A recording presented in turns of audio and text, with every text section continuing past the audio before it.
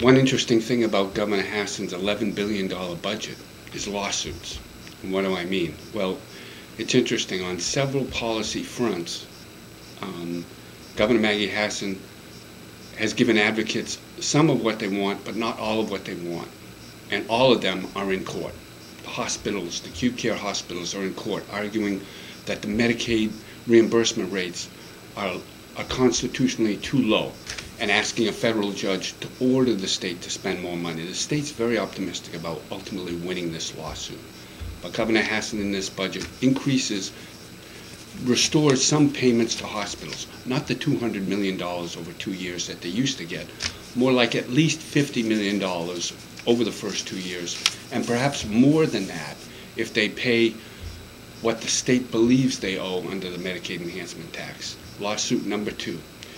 The mental health community and advocates for disabilities have said the level of care for them is constitutionally inadequate.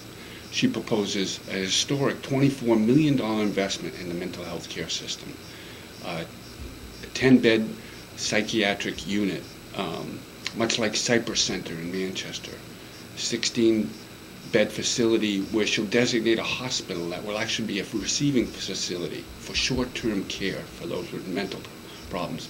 And probably most importantly, 72 beds in the community for people for longer-term stays, for people with severe mental health problems. So she's obviously trying to negate that lawsuit as well. Lawsuit number 3.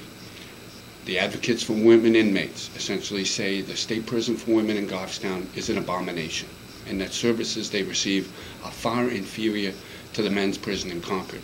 So Governor Hassan puts in a caterpillar budget for the first time in history, a $38 million new prison for women at an undetermined location at this point. So as you can see, she's trying very hard on all 3 fronts to try and get people who are suing the state in court to let up a little.